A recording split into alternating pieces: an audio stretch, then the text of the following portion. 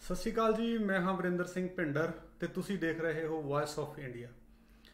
ਰੋਜ਼ਾਨਾ ਦੀ ਤਰ੍ਹਾਂ ਅਸੀਂ ਤੁਹਾਨੂੰ ਅਪਡੇਟਸ ਦਿੰਦੇ ਰਹਿੰਦੇ ਹਾਂ, ਚਾਹੇ ਉਹ ਕਿਸੇ ਵੀ ਕਿਸਮ ਦਾ ਮੁੱਦਾ ਹੋਵੇ। ਅੱਜ ਅਸੀਂ ਗੱਲ ਕਰਨ ਜਾ ਰਹੇ ਹਾਂ ਕਿਸਾਨ ਅੰਦੋਲਨ ਬਾਰੇ, ਜੋ ਪਿਛਲੇ ਕਈ ਦਿਨਾਂ ਤੋਂ ਪੂਰੇ ਜ਼ੋਰਾਂ ਤੇ ਚੱਲ ਰਿਹਾ। ਤੇ ਪਿਛਲੇ ਨੰਗੀ ਸ਼ਾਮ ਨੂੰ ਉੱਥੇ ਕਿਸਾਨ ਆਗੂਆਂ ਨੇ ਇੱਕ ਮੀਟਿੰਗ ਕਰਕੇ ਨਵੇਂ ਜਿਹੜੇ ਫੈਸਲੇ ਸੁਣਾਏ ਆ, ਉਹਨਾਂ ਬਾਰੇ ਅਸੀਂ ਅੱਜ ਸਟੈਪ ਬਾਏ ਸਟੈਪ ਉਹਨਾਂ ਬਾਰੇ ਚਰਚਾ ਕਰਾਂਗੇ। ਤੇ ਮੇਰੇ ਨਾਲ ਅੱਜ ਸਟੂਡੀਓ ਦੇ ਵਿੱਚ ਹਾਜ਼ਰ ਨੇ ਸਰਦਾਰ MP ਸਿੰਘ ਜੀ। ਤੁਹਾਡਾ ਬਹੁਤ ਬਹੁਤ ਸ਼ੁਕਰੀਆ ਜੀ ਵੌਇਸ ਆਫ ਇੰਡੀਆ ਦੇ ਵਿਹੜੇ ਦੇ ਵਿੱਚ। ਮਿਹਰਬਾਨੀ ਜੀ, thank you very much Bhinder Sahib.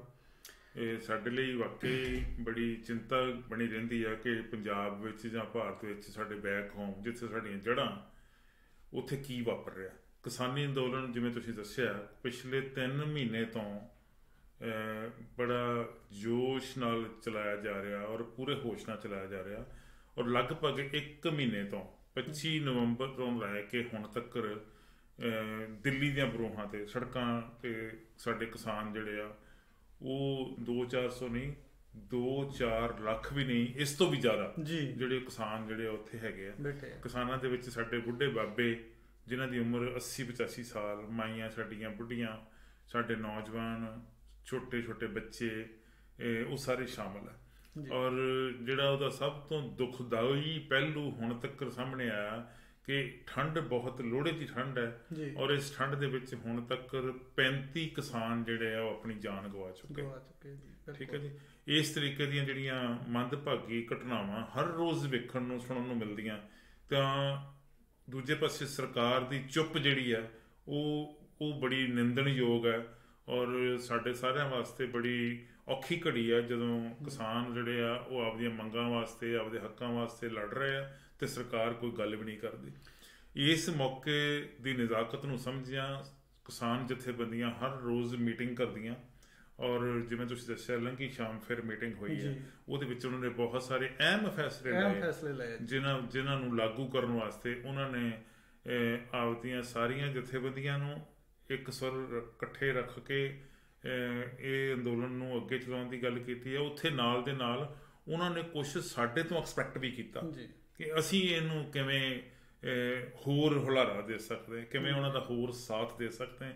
ਇਹ ਸਭ ਤੋਂ ਵੱਡੀ ਗੱਲ ਸੀ। ਸਰਕਾਰ ਦੀ ਆਪਾਂ ਜੇ ਦੇਖਿਆ ਜਾਵੇ ਤਾਂ ਇੱਕ ਚੰਡਾਲ ਚੌਂਕੜੀ ਜਿਹਨੂੰ ਕਹਿ ਸਕਦੇ ਹਾਂ ਕਿ 5-7 ਬੰਦੇ ਜਿਹੜੇ ਉੱਪਰਲੇ ਮੇਨ ਰਲੇ ਹੋਏ ਆ। ਚਾਹੇ ਆਪਾਂ ਕਹਿ ਲਈਏ ਰਾਜਨਾਥ ਸਿੰਘ ਜੀ ਹੋ ਗਏ ਜਾਂ ਆਪਣੇ ਅਮਿਤ ਸ਼ਾਹ ਜੀ ਆ, ਜਾਂ 3-4 ਹੋਰ ਆਪਾਂ ਨਾਂ ਲੈ ਸਕਦੇ। ਤੇ ਆਪਣਾ ਪੰਜਾਬੀ ਚਿਹਰਾ ਇੱਕ ਉਹਨਾਂ ਨੇ ਸਾਹਮਣੇ ਕੀਤਾ ਹੈਗਾ, ਹਰਜੀਤ ਗਰੇਵਾਲ। ਉਹਨਾਂ ਦੀ ਵੀ ਹਮੇਸ਼ਾ ਇਹੀ ਜਿਹੜੀ ਹੈਗੀ ਆ ਰਾਟੀ ਲੱਗੀ ਹੋਈ ਆ। ਤੁਸੀਂ ਜਿਹੜਾ ਵੀ ਉਹਨਾਂ ਨੂੰ ਕੁਐਸਚਨ ਜਾ ਕੇ ਕਰਦਾ ਤਾਂ ਉਹ ਕਹਿ ਦਿੰਦੇ ਜੀ, ਹੁਣ ਤਾਂ ਉਹ ਸ਼ਰੇਆਮ ਹੀ ਕਹਿਣ ਲੱਗ ਗਏ ਕਿ ਰੱਦ ਨਹੀਂ ਹੋਣੇ, ਹੋਰ ਜੋ ਮਰਜ਼ੀ ਕਰਾ ਲਓ। ਸ਼ਰੇਆਮ ਕਹਿ ਰਿਹਾ ਜੀ, ਕਹਿੰਦੇ ਰੱਦ ਨਹੀਂ ਹੋਣੇ, ਤੁਸੀਂ ਹੋਰ ਜੋ ਮਰਜ਼ੀ ਕਰਾ ਲਓ। ਤੇ ਇਹਨਾਂ ਨੂੰ ਮੱਦੇ ਨਜ਼ਰ ਰੱਖਦੇ ਕੱਲ ਜਿਹੜੀਆਂ ਸਾਡੀਆਂ ਕਿਸਾਨ ਜਥੇਬੰਦੀਆਂ ਹੈਗੀਆਂ, ਉਹਨਾਂ ਨੇ ਕਾਫੀ ਜਿਹੜੇ ਹੈਗੇ ਆ ਫੈਸਲੇ ਲਏ ਆ। ਤੇ ਉਹ ਆਪਾਂ ਇੱਕ ਬਾਏ ਇੱਕ ਕਰਕੇ ਆਪਾਂ ਥੋੜਾ ਜਿਹਾ ਲੈਬੋਰੇਟ ਕਰਨ ਦੀ ਉਹਨਾਂ ਨੂੰ ਕੋਸ਼ਿਸ਼ ਕਰਾਂਗੇ। ਸਭ ਤੋਂ ਵੱਡਾ ਜਿਹੜਾ ਉਹਨਾਂ ਨੇ ਜਿਹੜਾ ਫੈਸਲਾ ਲਿਆ ਕਿ 24 ਘੰਟੇ ਜਿਹੜੀ ਹੈਗੀ ਆ ਰਿਲੇ ਹੰਗਰ ਸਟਰਾਈਕ ਕਰਨ ਦਾ ਉਹਨਾਂ ਨੇ ਫੈਸਲਾ ਲਿਆ ਜੀ। ਕਿ ਜਿਹੜਾ 11 ਬੰਦੇ ਉਹ ਹਰੇਕ ਜਿੰਨੀਆਂ ਵੀ ਸਾਈਟਾਂ ਹੈਗੀਆਂ ਵਾ ਉਹਦੇ ਉੱਤੇ ਉਹ ਆਪਣੇ ਬਹਾਉਣਗੇ ਤੇ ਵਾਰੀ-ਵਾਰੀ ਉਹਨਾਂ ਨੂੰ ਚੇਂਜ ਕਰਨਗੇ। ਤੇ ਕੀ ਮਤਲਬ ਤੁਹਾਡਾ ਰਿਐਕਸ਼ਨ ਹੈਗਾ ਜੀ? ਇਸ ਤੋਂ ਪਹਿਲਾਂ ਤਾਂ ਮੈਂ ਜਿਹੜੀ ਗੱਲ ਤੁਸੀਂ ਪਹਿਲਾਂ ਕਹੀ ਸੀ ਕਿ ਚੰਡਾਲ ਚੌਂਕੜੀ ਵਾਲੀ ਗੱਲ, ਇਹ ਗੱਲ ਸੱਚ ਹੈ ਕਿ ਸਰਕਾਰ ਦੇ ਜਿਹੜੇ ਸਾਰੇ ਮੰਤਰੀ ਆ ਉਹ ਉਸ ਤਰੀਕੇ ਨਾਲ ਐਕਟਿਵ ਨਹੀਂ ਹੈਗੇ। ਸਿਰਫ ਐਕਟਿਵ 2-3 ਬੰਦੇ ਆ। ਪ੍ਰਧਾਨ ਮੰਤਰੀ ਤੋਂ ਬਿਨਾਂ ਜਿਹੜੇ 2 ਵੱਡੇ ਹੋਰ ਬੰਦੇ ਹੈਗੇ ਆ, ਉਹਨਾਂ 'ਚ ਇੱਕ ਦਾ ਨਾਂ ਗ੍ਰਹਿ ਮੰਤਰੀ ਅਮਿਤ ਸ਼ਾਹ ਤੇ ਦੂਜੇ ਡਿਫੈਂਸ ਮਿਨਿਸਟਰ ਜਿਹੜੇ ਆ ਉਹ ਰਾਜਨਾਥ ਸਿੰਘ। ਇਹ ਅਜੇ ਪਰਦੇ ਦੇ ਪਿੱਛੇ ਹੀ ਹੈ ਸਾਰੇ। ਇਹ ਸਾਹਮਣੇ ਆ ਕੇ ਗੱਲ ਨਹੀਂ ਕਰਦੇ। ਸਾਹਮਣੇ ਆ ਕੇ ਗੱਲ ਕੌਣ ਕਰਦਾ? ਜਿਹਨਾਂ ਦਾ ਡਿਪਾਰਟਮੈਂਟ ਹੈਗਾ ਇੱਕ ਨਰਿੰਦਰ ਤੋਮਰ, ਜਿਹੜੇ ਐਗਰੀਕਲਚਰ ਮਿਨਿਸਟਰ ਹੈਗੇ। ਦੂਸਰੇ ਜਿਹੜੇ 2 ਮੰਤਰੀ ਉਹਨਾਂ ਦੇ ਨਾਲ ਆ, ਉਹਨਾਂ ਦਾ ਸੰਬੰਧ ਜਿਹੜਾ ਉਹ ਟ੍ਰੇਡ ਤੇ ਇੰਡਸਟਰੀ ਨਾਲ। ਠੀਕ ਹੈ ਜੀ।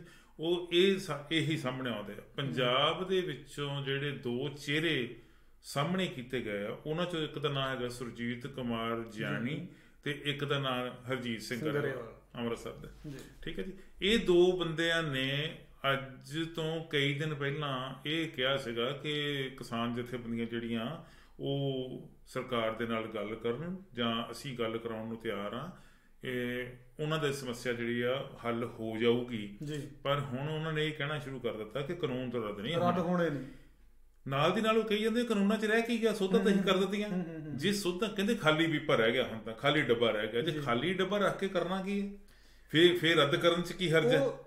ਉਹ ਜਿਹੜੀ ਖਾਲੀ ਡੱਬਾ ਰੱਖਣਾ ਉਹ ਤਾਂ ਚਾਹੁੰਦੇ ਜੀ, ਉਹ ਚੋਰ ਮੋਰੀ ਰੱਖਣ ਨੂੰ ਚਾਹੁੰਦੇ ਆ। ਜਦੋਂ ਮਰਜ਼ੀ ਭਰੀ ਜਾਵਾਂਗੇ, ਜਦੋਂ ਮਰਜ਼ੀ ਭਰ ਲੈਣਗੇ। ਪਰ ਕਿਸਾਨ ਜਿਹੜੇ ਆ ਬੜੇ ਸਿਆਣੇ ਹੋ ਚੁੱਕੇ ਆ ਜੀ। ਕੋਈ ਅੱਗੇ ਸਮਝ ਸਾਨੂੰ ਵੀ ਲੱਗਦਾ ਸੀਗਾ ਕਿ ਕਿਸਾਨ ਸਿੱਧੇ ਸਾਧੇ ਜੱਟ ਆ, ਇਹਨਾਂ ਨੂੰ ਇਹਨਾਂ ਗੱਲਾਂ ਦਾ ਨਹੀਂ ਪਤਾ, ਬਰੀਕੀ ਨਹੀਂ ਉਹਨਾਂ ਨੂੰ ਸਮਝ ਹੈਗੀ, ਕਾਨੂੰਨ ਦੀ ਜਾਣਕਾਰੀ ਨਹੀਂ ਆ।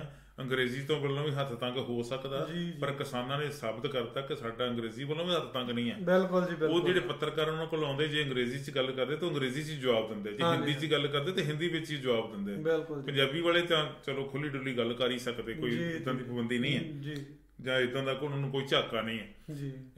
ਹੁਣ ਉਹਨਾਂ ਨੇ ਨਾਲ ਇਹ ਵੀ ਸਾਬਤ ਕਰਤਾ ਕਿ ਅਸੀਂ ਕਾਨੂੰਨ ਬਾਰੇ ਵੀ ਜਾਣਦੇ ਹਾਂ, ਸਾਨੂੰ ਲਾਅ ਦਾ ਪਤਾ, ਔਰ ਸਾਨੂੰ ਇਹ ਲਾਅ ਨੂੰ ਲੈਬੋਰੇਟ ਕਰਨਾ ਵੀ ਆਉਂਦਾ, ਇੱਕ ਕੇ ਦੱਸਦਾ।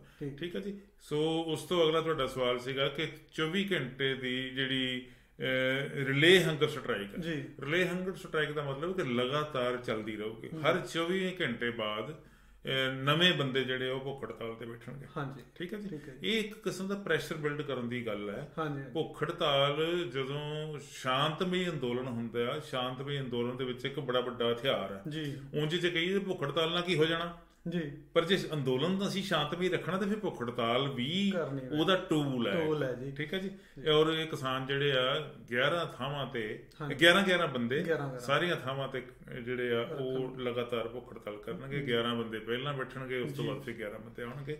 ਇਹ ਉਹਨਾਂ ਦਾ ਕਿਸਾਨਾਂ ਦਾ ਬਹੁਤ ਵਧੀਆ ਫੈਸਲਾ ਇਸ ਕਰਕੇ ਵਧੀਆ ਕਿਉਂਕਿ ਅੰਦੋਲਨ ਨੂੰ ਜਦੋਂ ਅਸੀਂ ਸ਼ਾਂਤਮਈ ਰੱਖਣਾ ਤੇ ਸਾਨੂੰ ਇਹੋ ਜਿਹੇ ਹੀ ਢੰਗ ਤਰੀਕੇ ਅਪਣਾਉਣੇ ਪੈਣੇ। ਫੈਸਲੇ ਆਪਾਂ ਨੂੰ ਹੁਣ ਜਿਹੜੇ ਹੈਗੇ ਆ ਕਰੜੇ ਲੈਣੇ ਹੀ ਪੈਣੇ ਆ, ਕਿਉਂਕਿ ਆਪਾਂ ਇੱਕ ਹੋਰ ਉਹਨਾਂ ਨੇ ਫੈਸਲਾ ਕੀਤਾ ਕਿ 23 ਤਰੀਕ ਨੂੰ ਕਿਸਾਨ ਦਿਵਸ ਆ ਰਿਹਾ ਜੀ।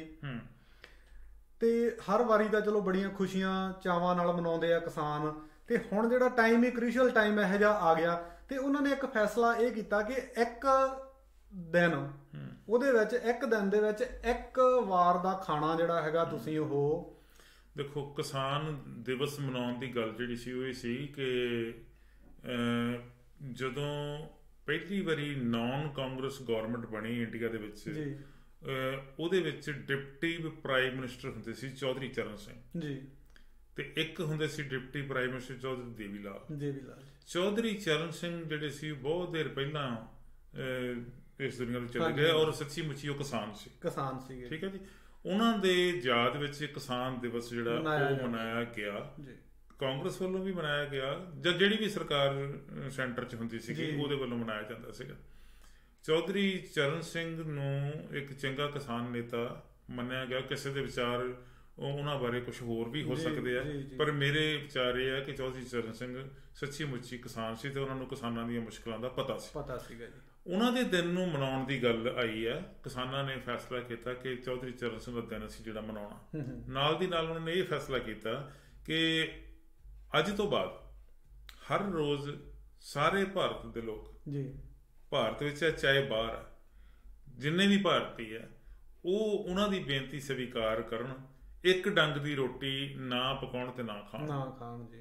ਬਿਲਕੁਲ ਬੜਾ ਵੱਡਾ ਫੈਸਲਾ, ਇਮੋਸ਼ਨਲ ਫੈਸਲਾ ਜੀ। ਹਾਂਜੀ, ਰੋਟੀ ਨਾ ਪਕਾਉਣੀ ਤੇ ਨਾ ਖਾਣੀ ਸੌਖੀ ਗੱਲ ਨਹੀਂ ਹੈ। ਬਿਲਕੁਲ ਜੀ। ਪਰ ਲਾਲ ਬਹਾਦਰ ਸ਼ਾਸਤਰੀ ਨੇ ਵੀ ਇੱਕ ਵਾਰੀ ਇਹ ਨਾਅਰਾ ਦਿੱਤਾ ਸੀਗਾ ਕਿ ਅਸੀਂ ਇੱਕ ਦਿਨ ਦਾ ਜਿਹੜਾ ਉਹ ਉਪਵਾਸ ਰੱਖਿਆ ਇੱਕ ਦਿਨ ਦੀ ਜਿਹੜੀ ਆ ਅਸੀਂ ਭੁੱਖ ਬਰਦਾਸ਼ਤ ਕਰਿਆ ਕਰਾਂਗੇ। ਜੇ ਅਸੀਂ ਇੱਕ ਡੰਗ ਦੀ ਰੋਟੀ ਨਾ ਖਾਈਏ, ਇੱਕ ਡੰਗ ਦੀ ਭੁੱਖ ਅਸੀਂ ਬਰਦਾਸ਼ਤ ਕਰ ਲਈਏ, ਤੇ ਮੈਨੂੰ ਲੱਗਦਾ ਕਿ ਅਸੀਂ ਉਹਨਾਂ ਕਿਸਾਨਾਂ ਦੇ ਨਾਲ ਹੋਵਾਂਗੇ ਜਿਹੜੇ ਕਿਸਾਨ, ਬੇਸ਼ੱਕ ਲੱਗਦਾ ਜੀ ਉੱਥੇ ਲੰਗਰ ਬਹੁਤ ਲੱਗ ਗਿਆ, ਉੱਥੇ ਜਲੇਬੀਆਂ ਖਾਂਦੇ ਜੀ, ਉੱਥੇ ਬਦਾਮ ਖਾਂਦੇ ਜੀ, ਉੱਥੇ ਤਾਂ ਹਰ ਚੀਜ਼ ਜਿਹੜੀ ਖਾਣ ਵਾਲੀ ਚੰਗੀ ਜਿਹੜੀ ਆ ਉਹ ਉਹਨਾਂ ਨੂੰ ਉਪਲਬਧ ਕਰਵਾਈ ਜਾਂਦੀ, ਮੁਹੱਈਆ ਕਰਵਾਈ ਜਾਂਦੀ ਹੈ। ਪਰ ਉਹ ਉੱਥੇ ਕਿਸੇ ਜਨੇਤੇ ਨਹੀਂ ਗਏ ਹੋਏ, ਉਹ ਕਿਸੇ ਵਿਆਹ ਨਹੀਂ ਗਏ ਹੋਏ, ਉਹ ਦੁੱਖਾਂ ਮਾਰੇ ਆ। ਜੇ ਉਹਨਾਂ ਨੂੰ ਇਹੋ ਜਿਹੇ ਜਿਹੜਾ ਫੂਡ ਪ੍ਰੋਵਾਈਡ ਨਹੀਂ ਕੀਤਾ ਜਾਊਗਾ ਤਾਂ ਉਹ ਇੰਨੇ ਕਿਸਾਨ ਪਹਿਲਾਂ ਮਰ ਗਏ ਆ ਤੇ ਉਹ ਭੁੱਖ ਨਾਲ ਹੀ ਮਰ ਜਾਣਗੇ। ਪਰ ਜੇ ਅਸੀਂ ਉਹਨਾਂ ਦੇ ਹੱਕ ਵਿੱਚ ਇੱਕ ਡੰਗ ਦੀ ਰੋਟੀ ਛੱਡ ਲਾਂਗੇ ਜਾਂ ਇੱਕ ਰੰਗ ਦੀ ਰੋਟੀ ਨਾ ਪਕਾਵਾਂਗੇ ਤੇ ਕੋਈ ਬਹੁਤ ਵੱਡਾ ਅਸੀਂ ਆਸਾਨ ਤਾਂ ਨਹੀਂ ਕਰ ਰਹੇ ਹੋਵਾਂਗੇ, ਪਰ ਸਾਡਾ ਉਹਨਾਂ ਦੇ ਪ੍ਰਤੀ ਜਿਹੜਾ ਹਮਦਰਦੀ ਜ਼ਰੂਰ ਪ੍ਰਗਟ ਕਰ ਸਕਦੇ ਹਾਂ। ਇੱਕ ਹੋਰ ਜੀ ਕੁਐਸਚਨ ਆ ਮੇਰਾ ਕਿ 25, 26 ਤੇ 27 ਤਰੀਕ ਨੂੰ ਹਰਿਆਣੇ ਦੇ ਟੋਲ ਪਲਾਜ਼ੇ ਫ੍ਰੀ ਕੀਤੇ ਜਾਣ ਬਾਰੇ ਵੀ ਗੱਲ ਕੀਤੀ ਆ, ਕੀ ਕਹਿੰਦੇ ਆ ਜੀ ਤੁਸੀਂ ਇਹਨਾਂ ਬਾਰੇ? ਦੇਖੋ ਜੀ, ਪੰਜਾਬ ਦੇ ਵਿੱਚ ਲਗਾਤਾਰ 3 ਮਹੀਨਿਆਂ ਤੋਂ ਟੋਲ ਪਲਾਜ਼ੇ ਸਾਰੇ ਫ੍ਰੀ ਹੈ। ਹਾਂਜੀ, ਕਿਸਾਨਾਂ ਨੇ ਉੱਥੇ ਧਰਨਾ ਮਾਰਿਆ ਹੋਇਆ ਔਰ ਕੋਈ ਵੀ ਟੋਲ ਪਲਾਜ਼ੇ ਵਾਲਾ ਕੋਈ ਕਿਸੇ ਰਾਹਗੀਰ ਤੋਂ ਜਿਹੜੀ ਪਲਾਜ਼ਾ ਫੀਸ ਆ ਉਹ ਚਾਰਜ ਨਹੀਂ ਕਰ ਸਕਦਾ, ਕਰਨ ਨਹੀਂ ਦੇ ਰਿਹਾ। ਇਹੋ ਜਿਹਾ ਹੀ ਇੱਕ ਐਲਾਨ ਜਿਹੜਾ ਸੀ ਉਹ ਦਿੱਲੀ ਪਹੁੰਚਣ ਤੋਂ ਬਾਅਦ ਸਾਰੀਆਂ ਕਿਸਾਨ ਯੂਨੀਅਨਾਂ ਭਾਰਤ ਦੀਆਂ ਨੇ ਇਹ ਕਿਹਾ ਸੀਗਾ ਕਿ ਸਾਰੇ ਇੰਡੀਆ ਦੇ ਵਿੱਚ 8 ਤਰੀਕ ਨੂੰ ਟੋਲ ਪਲਾਜ਼ੇ ਜਿਹੜੇ ਉਹ ਫ੍ਰੀ ਕਰਤੇ ਜਾਣਗੇ। ਹੁਣ ਹਰਿਆਣੇ ਦੀ ਸਰਕਾਰ ਜਿਹੜੀ ਆ ਉਹ ਜਿਹੜਾ ਜ਼ਿਆਦਾ ਹੰਕਾਰ ਵਿਖਾ ਰਹੀ ਆ, ਜ਼ਿਆਦਾ ਹੈਂਕੜਬਾਜ਼ੀ ਰਵੱਈਆ ਵਿਖਾ ਰਹੀ ਆ, ਤੇ ਕਿਸਾਨਾਂ ਨੇ ਫੈਸਲਾ ਕੀਤਾ ਕਿ 25, 26, 27 ਤਿੰਨ ਦਿਨ ਜਿਹੜੇ ਦਸੰਬਰ ਦੇ ਹੈਗੇ ਆ, ਇਹਨਾਂ 3 ਦਿਨਾਂ ਦੇ ਵਿੱਚ ਹਰਿਆਣੇ ਦੇ ਸਾਰੇ ਟੋਲ ਪਲਾਜ਼ੇ ਫ੍ਰੀ ਹੋਣਗੇ ਔਰ ਕਿਸੇ ਦੀ ਜ਼ਰੂਰਤ ਨਹੀਂ ਹੋਊਗੀ ਕਿ ਉੱਥੋਂ ਕਿਸੇ ਕੋਲੋਂ ਚਾਰਜ ਕਰ ਜਾਵੇ। ਇਹ ਇੱਕ ਕਿਸਮ ਦੀ ਆਪਦੀ ਰਿਜੈਂਟਮੈਂਟ ਸ਼ੋਅ ਕਰਨ ਦਾ ਤਰੀਕਾ ਮੈਂ ਇਹਨੂੰ ਐਪਰੀਸ਼ੀਏਟ ਕਰਦਾ। ਵਿਸ਼ਵ ਪੱਧਰ ਤੇ ਪ੍ਰੈਸ਼ਰ ਬਿਲਡ ਕਰਨ ਵਾਸਤੇ ਇੱਕ ਉਹਨਾਂ ਨੇ ਹੋਰ ਫੈਸਲਾ ਕੀਤਾ ਜੀ ਕਿ ਪੂਰੇ ਵਰਲਡ ਦੇ ਵਿੱਚ, ਪੂਰੇ ਸੰਸਾਰ ਭਰ ਦੇ ਵਿੱਚ ਜਿੰਨੇ ਵੀ ਸਫਾਰਤਖਾਨੇ ਹੈਗੇ ਆ ਉਹਨਾਂ ਦੀਆਂ, ਉੱਥੇ ਜਿਹੜੇ ਪੰਜਾਬੀ ਚਾਹੇ ਉਹ ਕਿਸੇ ਵੀ ਕੰਟਰੀ ਵਿੱਚ ਵਸੇ ਹੋਏ ਆ, ਤਾਂ ਉੱਥੇ ਜਾ ਕੇ ਇਸੇ ਤਰੀਕ ਨੂੰ 26 ਤੇ 27 ਤਰੀਕ ਨੂੰ ਉੱਥੇ ਜਾ ਕੇ ਪ੍ਰੋਟੈਸਟ ਕਰਨ ਤੇ ਆਪਣੇ ਜਿਹੜੇ ਹੈਗੇ ਆ ਮੈਮੋਰੈਂਡਮ ਦੇਣ ਉਹਨਾਂ ਦੀਆਂ ਸਰਕਾਰਾਂ ਨੂੰ, ਜਾਂ ਆਪਣੇ ਜਿਹੜੇ ਭਾਰਤ ਦੀ ਸਰਕਾਰ ਦੇ ਇੱਥੇ ਬਣੇ ਹੋਏ ਆ ਕਾਉਂਸਲੇਟ ਬਣੇ ਹੋਏ ਆ ਉਹਨਾਂ ਨੂੰ ਜਾ ਕੇ ਪ੍ਰੋਟੈਸਟ ਦਰਜ ਕਰਵਾਉਣ। ਸਫਾਰਤਖਾਨਾ ਅੰਬੈਸੀ ਨੂੰ ਕਹਿੰਦੇ ਜੀ, ਜਾਂ ਤੁਸੀਂ ਜਿੱਦਾਂ ਕਾਉਂਸਲੇਟ ਦੀ ਗੱਲ ਕੀਤੀ, ਉਹਨਾਂ ਕਿਸਾਨਾਂ ਨੇ ਇੱਕ ਦਿੱਤਾ, ਐਲਾਨ ਕੀਤਾ ਔਰ ਸੱਦਾ ਦਿੱਤਾ ਕਿ ਜਿੱਥੇ ਜਿੱਥੇ ਵੀ ਭਾਰਤ ਸਰਕਾਰ ਦੇ ਸਫਾਰਤਖਾਨੇ ਹੈਗੇ, ਕਾਉਂਸਲੇਟ ਜਨਰਲ ਹੈਗੇ, ਜਿੱਥੇ ਜਿੱਥੇ ਵੀ ਅੰਬੈਸੀਆਂ ਹੈਗੀਆਂ, ਸਾਰੇ ਦੇਸ਼ਾਂ 'ਚ ਹੀ ਹੈ। ਹੋ ਸਕਦਾ ਕੁਝ ਯੂਰਪੀਅਨ ਕੰਟਰੀ ਦੇ ਵਿੱਚ ਉਹਨਾਂ ਦੀ ਆਪਸ 'ਚ ਕੋਆਰਡੀਨੇਸ਼ਨ ਹੁੰਦੀ ਹੈ ਕਿ ਕੋਈ ਕਹਿੰਦਾ ਜੀ ਵੀ ਚਲੋ ਜੇ ਫਰਾਂਸ ਵਿੱਚ ਹੈਗੀ ਆ ਅੰਬੈਸੀ ਤੇ ਨਾਲ ਲੱਗਦੇ ਕੰਟਰੀ 'ਚ ਨਾ ਵੀ ਹੋਵੇ ਤਾਂ ਕੋਈ ਗੱਲ ਨਹੀਂ, ਆਪਸ ਵਿੱਚ ਸੜਕਾਂ ਤੇ ਤਾਂ ਖੁੱਲ੍ਹੇ ਆਉਂਦੇ ਜਾਂਦੇ, ਉੱਥੇ ਕੋਈ ਬੈਰੀਅਰ ਤਾਂ ਹੈ ਨਹੀਂ। ਉੱਥੇ ਤਾਂ ਸਰਹੱਦ ਵੀ ਪੁੱਛਣਾ ਪੈਂਦਾ ਕਿ ਹੁਣ ਅਸੀਂ ਕਿੱਥੇ ਖੜੇ ਹਾਂ। ਠੀਕ ਹੈ, ਯੂਰਪ ਸਾਰਾ ਇੱਕੋ ਹੋ ਗਿਆ। ਤੇ ਉਹਨਾਂ ਨੇ ਇਹ ਗੱਲ ਕਹੀ ਹੈਗੀ ਆ ਕਿਸਾਨਾਂ ਨੇ ਕਿ ਸਾਰੇ ਸਫਾਰਤਖਾਨਿਆਂ ਨੂੰ, ਸਾਰੀਆਂ ਅੰਬੈਸੀਆਂ ਨੂੰ ਉਸ ਦਿਨ 26 ਔਰ 27 ਦਸੰਬਰ ਨੂੰ ਜਿਹੜੇ ਆ ਉਹਨਾਂ ਦੇ ਬਾਹਰ ਜਿਹੜੇ ਆ ਮੁਜ਼ਾਹਰੇ ਕੀਤੇ ਜਾਣ, ਧਰਨੇ ਮਾਰੇ ਜਾਣ ਔਰ ਨਾਲ ਦੀ ਨਾਲ ਆਪਦਾ ਰੋਸ ਪ੍ਰਗਟਾਵਾ ਕਰਦਿਆਂ ਹੋਇਆ ਉਹਨਾਂ ਨੂੰ ਮੈਮੋਰੈਂਡਮ ਦਿੱਤਾ ਜਾਵੇ ਜਿਹੜਾ ਭਾਰਤ ਸਰਕਾਰ ਤੱਕ ਉਹ ਅੰਬੈਸੀਆਂ ਪਹੁੰਚਦੀਆਂ ਕਰਨਗੀਆਂ, ਉਹ ਲਾਇਬਲ ਹੈ ਇਸ ਕੰਮ। ਉਹਨਾਂ ਦੀ ਜਿਹੜੀ ਹੈ ਕਾਨੂੰਨੀ ਹੈ ਗੱਲ ਕਿ ਉਹਨਾਂ ਨੇ ਉਹ ਚਿੱਠੀ ਜਿਹੜੀ ਤੁਸੀਂ ਦਿਓਗੇ ਉਹ ਸਰਕਾਰ ਤੱਕ ਪਹੁੰਚਦੀ ਕਰਨੀ ਹੁੰਦੀ ਹੈ। ਸੋ ਉਹਦੇ ਪਿੱਛੇ ਇੱਕ ਤਰੀਕਾ, ਇਹ ਵੀ ਸ਼ਾਂਤਮਈ ਅੰਦੋਲਨ ਦਾ ਤਰੀਕਾ ਕਿ ਸਾਰੇ ਦੇਸ਼ਾਂ ਦੇ ਵਿੱਚ ਜਦੋਂ ਇਦਾਂ ਦੀ ਗੱਲ ਹੋਊਗੀ, ਇੱਕੋ ਦਿਨ ਹੋਊਗੀ, ਤੇ ਜਿਹੜੀ ਦੂਜੀਆਂ ਕਮਿਊਨਿਟੀਆਂ ਹੈਗੀਆਂ ਉਹ ਪੁੱਛਣਗੀਆਂ ਨੇ ਸਹੀ ਗੱਲ ਕੀ ਹੋਈ, ਭਾਈ ਕੀ ਹੋਇਆ। ਉਂਝ ਤੁਸੀਂ ਦੇਖੋ ਜੀ, ਮੈਂ ਜਿਹੜੀਆਂ ਰੈਲੀਆਂ ਹੁਣ ਤੱਕ ਹੋਈਆਂ ਸੀਗੀਆਂ ਔਰ ਉਹ ਬਾਰ-ਬਾਰ ਨਹੀਂ ਹੋ ਰਹੀਆਂ, ਇੱਕੋ ਦਿਨ ਹੀ ਹੋਈਆਂ, ਬਹੁਤ ਚੰਗੀ ਗੱਲ ਹੈ, ਬਾਰ-ਬਾਰ ਕਰਨੀਆਂ ਵੀ ਚਾਹੀਦੀਆਂ। ਔਰ ਉਸ ਦਿਨ ਇੰਨੇ ਵੱਡੇ ਪੱਧਰ ਤੇ ਲੋਕ ਸੜਕਾਂ ਤੇ ਆਏ ਸੀ, ਕੱਲੇ ਵਿਨੀਪੈਗ ਦੀ ਗੱਲ ਨਹੀਂ ਹੈ, ਕੱਲੇ ਕੈਨੇਡਾ ਦੀ ਗੱਲ ਨਹੀਂ, ਥਰੂ ਆਊਟ ਵਰਲਡ ਦੁਨੀਆ ਦੇ ਹਰ ਦੇਸ਼ ਵਿੱਚ ਜਿੱਥੇ ਪੰਜਾਬੀ ਬੈਠਾ ਉਹਨੇ ਆਪਦਾ ਰੋਸ ਜਿਹੜਾ ਸੀ ਉਹ ਪ੍ਰਗਟ ਕੀਤਾ। ਉਹ ਇੱਕ ਤਰੀਕਾ ਸੀ, ਇੰਝ ਹੀ ਇਹ ਤਰੀਕਾ ਵਾ। ਇਸ ਤਰੀਕੇ ਦੇ ਲਈ ਵੀ ਜਿੱਥੇ ਜਿੱਥੇ ਕਾਉਂਸਲੇਟ ਹੈਗੀਆਂ, ਵਿਨੀਪੈਗ ਤਾਂ ਹੈ ਨਹੀਂ, ਜੇ ਟੋਰਾਂਟੋ ਹੈਗੀ ਆ, ਕੈਲਗਰੀ ਹੈਗੀ ਆ, ਜਿੱਥੇ ਵੀ ਹੋਰ ਜਗ੍ਹਾ ਤੇ ਹੈਗੀਆਂ, ਇਸ ਤਰੀਕੇ ਦੇ ਮੁਜ਼ਾਹਰੇ ਕਰਨੇ ਚਾਹੀਦੇ ਆ। ਔਰ ਸਾਡੀਆਂ ਜਿਹੜੀਆਂ ਅਗਾਂਹ ਵਧੂ ਫੋਰਸਿਸ ਹੈਗੀਆਂ, ਅਗਾਂਹ ਵਧੂ ਲੋਕ ਹੈਗੇ, ਪੰਜਾਬੀ ਭਾਈਚਾਰੇ ਦੇ ਲੋਕ ਹੈਗੇ ਆ, ਜੋ ਭਾਰਤੀ ਲੋਕ ਜਿਹੜੇ ਦੂਜਿਆਂ ਸੂਬਿਆਂ ਦੇ ਲੋਕ ਕੋਆਪਰੇਟ ਕਰ ਸਕਦੇ ਆ ਤੇ ਰਲ ਮਿਲ ਕੇ ਇਦਾਂ ਦੇ ਮੈਮੋਰੈਂਡਮ ਤਿਆਰ ਕਰਕੇ ਦੇਣੇ ਚਾਹੀਦੇ।